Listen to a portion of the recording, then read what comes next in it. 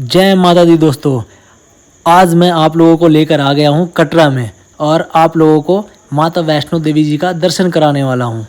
और अगर आप लोग भी वैष्णो देवी यात्रा की प्लानिंग कर रहे हैं तो किन किन बातों का ध्यान रखना चाहिए। तो अभी हम लोग कटरा रेलवे स्टेशन पे ही हैं और सबसे पहले हम लोग यात्रा कार्ड लेंगे जिसे RFID कार्ड भी कहा जाता है। RFID कार्ड रेलवे स्टेशन पे ही आपको मिल जाएगा। यहाँ पे एक काउंटर बना हुआ है, यात्रा रजिस्ट्रेशन काउंटर। यहाँ पे जाकर आपको बहुत ही आसानी से मिल जाएगा और इसके लिए किसी भी कोई डॉक्यूमेंट्स का कोई रिक्वायरमेंट नहीं है। तो हम लोगों ने अपना RFID कार्ड यहीं से लिया है। और अगर आपको RFID कार्ड चाहिए तो ये आपको कटरा बस स्टैंड, त्रिकुटा भवन, हेलीपैड और अगर आप निहारिका कॉम्प्लेक्स में रुक रहे हैं तो वहाँ पे भी आपको बहुत ही आसानी से मिल जाएगा। कटरा रेलवे स्टेशन पर आपको RFID कार्ड से लेकर खाने और रहने की सुविधा बहुत ही आसानी से मिल जाएगी। कटरा रेलवे स्टेशन के फर्स्ट फ्लोर पर IRCTC के द्वारा बनाए गए शॉपिंग कॉम्प्लेक्स, गेस्ट रूम और लॉन्च का उल्फ उठा सकते हैं। तो दोस्तों, वैष्णो देवी आने के लिए आपको जम्मू या कटरा तक आना होता है।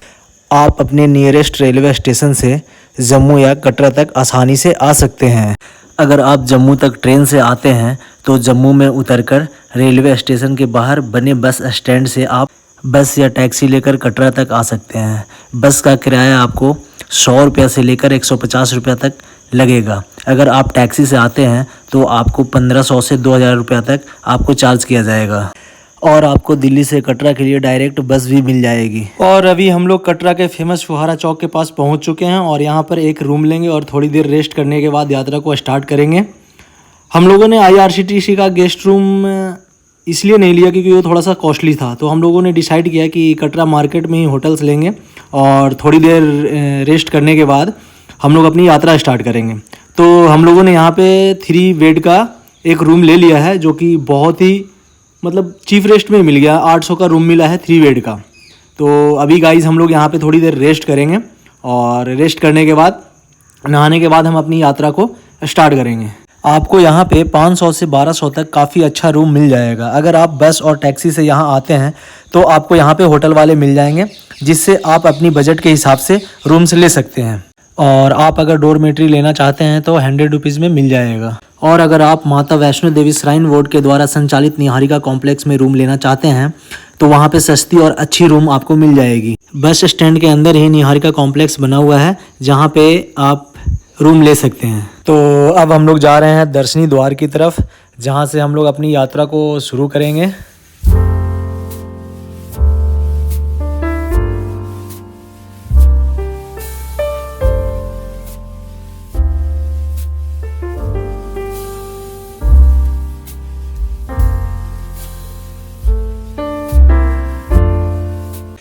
तो दोस्तों, अब आप लोग देख सकते हैं हम लोग पहुंच गए हैं फिक्सिंग पॉइंट दर्शनी द्वार के पास। यहाँ पे सामने चेक पोस्ट है तो हम यहाँ पे अपनी चेकिंग करवाते हैं। तो हम लोगों ने अपनी चेकिंग करवाकर फिक्सिंग पॉइंट को क्रॉस कर लिया है और अब अपनी यात्रा को स्टार्ट करेंगे। प्रेम से बोलो जय माता दी, प्रेम से बोलो जय माता दी, सारे बोलो जय माता दी, सारे बोलो जय माता दी, बोलो सच्चे दरबार के जय।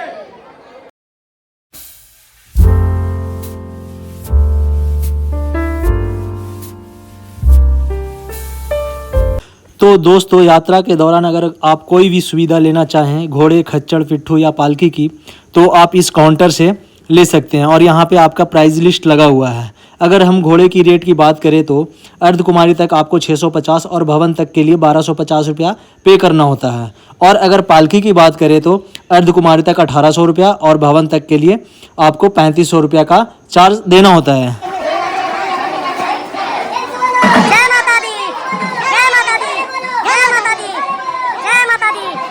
तो दोस्तों, आपको यात्रा करते समय रास्ता में बहुत सारे स्टूडियो मिलेंगे तो आप यहाँ पे अपनी अच्छी सी फ़ोटो निकलवा सकते हो माता रानी के साथ। और जाते समय आप क्लिक करवा लो और वापस आते समय आपको ये फ़ोटो मिल जाएगी। तो सभी श्रद्धालु अपनी माता रानी के पवित्र भवन की तरफ प्रस्थान करते हुए आप लोग देख सकते हैं। और अब हम लोग प्रस्थान कर रहे हैं पहाड़ गंगा की तरफ। पहाड़ गंगा जी का जो कहानी है वो बहुत ही महत्वपूर्ण और सुशील है। ऐसा कहा जाता है कि जब भगवान हनुमान जी को प्यास लगी थी तो उन्होंने माता वैष्णो देवी से आग्रह किया था गंगा जल पीने के लिए। तो माँ वैष्णो देवी जी ने यहाँ पर पहाड़ों के बीच में अपना बाण चलाकर गंगा मैया को प्रकट किया था। उसके बाद बाल हनुमान जी ने गंगा जल पीकर अपनी प्यास बुझाई थी। इसी कारण इसे बाल गंगा कहा जाता है। और साथ ही साथ श्री माता वैष्णो देवी जी ने इसी स्थान पे अपने केस धोए थे, इस कारण भी इसे बाल गंगा कहा जाता है। तो आप जब भी यात्रा करते हैं तो बाल गंगा जी का आशीर्वाद लेकर आप अपनी यात्रा में आगे प्रस्थान कर सकते हैं। और भैया कितना चार्ज है आपका? हमारा 650 अर्धकुमारी का। 650 अर्धकुमारी का घोड़े पे सिर्फ लेके जाने का आने का? अर्धकुमारी तक ही घोड़े जाते हैं?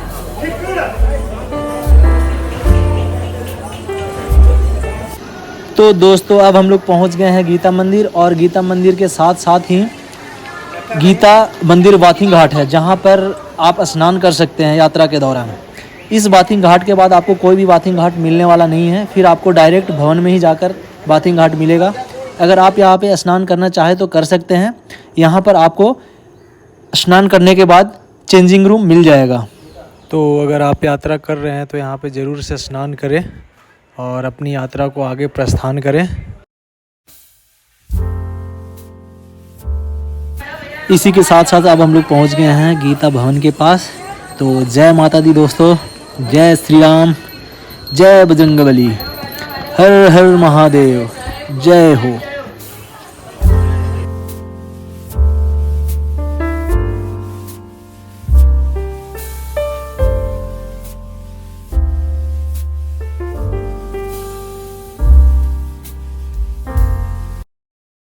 आगे बढ़ते बढ़ते हम लोग पहुंच गए हैं मंदिर श्री चरण पादुका में। यहाँ पे माताएं का आशीर्वाद लेते हैं और अपनी यात्रा को आगे प्रस्थान करते हैं। इस स्थान पर माता वैष्णो देवी जी ने पीछे मुड़कर देखा था कि भैरवनाथ जी आ रहे हैं या नहीं। इसी कारण माँ वैष्णो देवी जी का चरण का चिन्ह बन गया, जिसके कारण इस स्थान पर चरण पादुका का नाम दिया गया। इस स्थान पर माथा टेकने से माता रानी का आशीर्वाद मिलता है तथा अपनी हर मनोकामना पूरी होती है।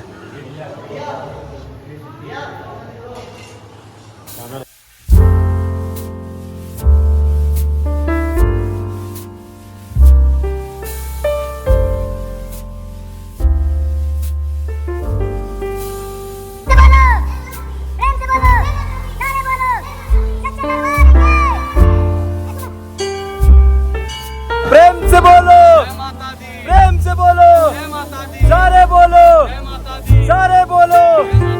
सच्चे दरबार की जय, पहाड़ा वाली मैया की जय। तो दोस्तों अब हम लोग फाइनली इंद्रप्रस्थ भोजनालय के पास पहुंच गए हैं। यहाँ से आपको थोड़ी दूर जाकर दो रास्ते कट जाएंगे। एक रास्ता जाएगा हिमकोटी साइड और दूसरा जाएगा अर्धकुमारी भवन की तरफ।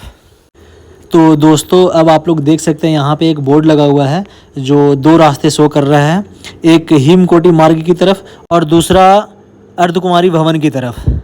और ये रास्ता आपको हिमकोटी की तरफ लेकर जाएगा। इसी रूट से आपको यहीं पे बैटरी कार मिलेगी। बैटरी कार का आपको चार्ज हिमकोटी से भवन तक के लिए 350 रुपया पे करना पड़ेगा। हिमकोटी से आगे की यात्रा आप अगर बैटरी कार से करना चाहते हैं तो आप कर सकते हैं।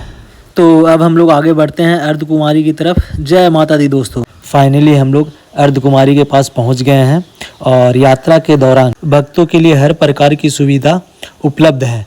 एटीएम से लेकर मेडिकल फैसिलिटी, खाने के लिए अच्छे ढाबे, ब्रांडेड रेस्टोरेंट आपको देखने को मिलेगा। और कुछ ऐसा दृश्य देखने को मिलेगा आपको अर्धकुमारी से। और अगर अर्धकुमारी में आप रुकना चाहते हैं तो आपको कोई भी पैसा लगने वाला नहीं है। माता वैष्णो देवी श्राइन बोर्ड की तरफ से श्रद्धालुओं के लिए बहुत ही बढ़िया सुविधा बनाई गई है। भगवती भवन और श्रद्धा भवन, दो धर्मशाला हैं यहाँ पे, जहाँ पे आप आसानी से यहाँ पे रुक सकते हैं।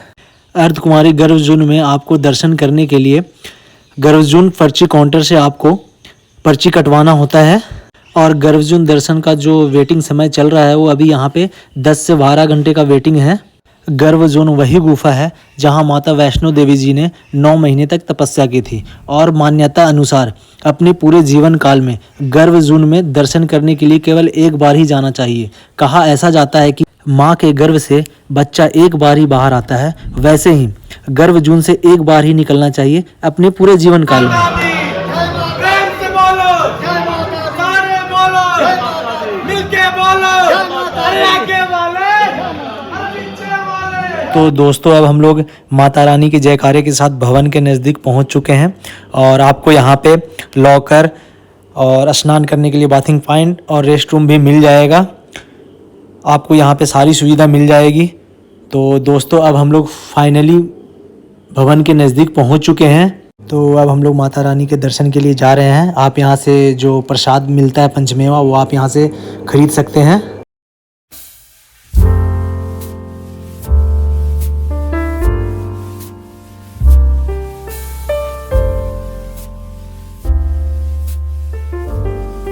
इस तस्वीर में आप माँ काली, माँ लक्ष्मी एवं माँ सरस्वती जी के पिंडी स्वरूप के दर्शन कर सकते हैं। जय माता दी दोस्तों, जय माता दी दोस्तों।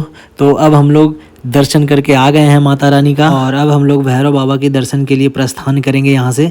उससे पहले हम लोग कुछ खा लेते हैं।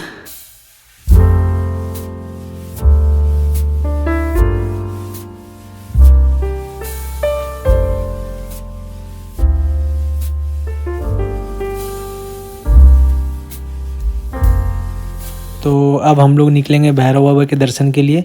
वहाँ पे जाने के लिए आप रोपवे से भी जा सकते हैं जो सुबह 8 बजे से स्टार्ट होती है। इसकी चार्ज आपको 100 रुपीज़ लगेगा अप एंड डाउन। तो हम लोग यहाँ से पैदल ही यात्रा करेंगे। जय माता दी, जय भैरव बाबा जी की।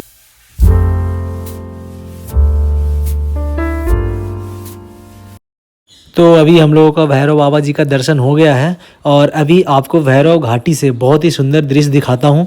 तो दोस्तों आप लोग भी दर्शन कर सकते हैं माता रानी जी के पवित्र भवन का। जय माता दी दोस्तों। तो भैरव बाबा जी के दर्शन करने के बाद वापस हम लोग अर्धकुमारी जाएंगे और वहाँ पे गर्भ जून में दर्शन करने के बाद हम लोग कटरा के लिए प्रस्थान कर जाएंगे। जय माता दी दोस्तों, बोलिए सच्चे दरबार की जय।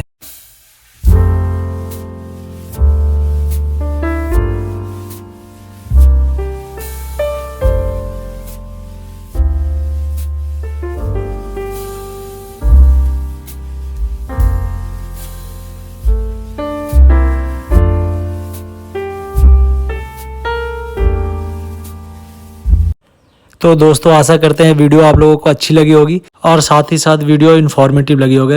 अगर अच्छी लगी हो तो लाइक और सब्सक्राइब करना ना भूलें। जय माता दी दोस्तों।